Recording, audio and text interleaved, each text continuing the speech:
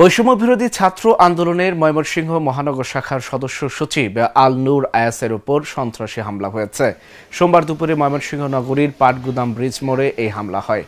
Kotwali model থানার পরিদর্শক মোহাম্মদ সাইফুল ইসলাম জানান, ময়মনসিংহ থেকে নেত্রকোনা যাওয়ার জন্য ব্রিজ মোড়ের বাসস্ট্যান্ডে অপেক্ষা করছিলেন আয়াস।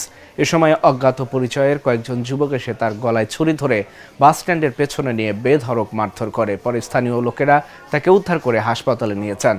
বর্তমানে তিনি ময়মনসিংহ মেডিকেল কলেজ হাসপাতালে ভর্তি আছেন। সিসি ক্যামেরার ফুটেজ দেখে হামলার সঙ্গে জড়িতদের চিহ্নিত করার চেষ্টা চলছে বলে জানান তিনি। আমাদের জীবনে কি আমাদের সব জায়গায় আমাদের ধরে ধরে মেরে ফেলতেছে। আমরা কি অন্যায় করেছিলাম এই জুলাই আন্দোলন করে? আমাদেরকে এভাবে পরিকল্পিতভাবে হত্যা করার চেষ্টা হয়েছে। আজকে আমাকে ৫-৭ জন ছুরি ধরেছে, আমি কোন রকম বেঁচে ফিরেছি। আমরা কি অন্যায় করেছিলাম?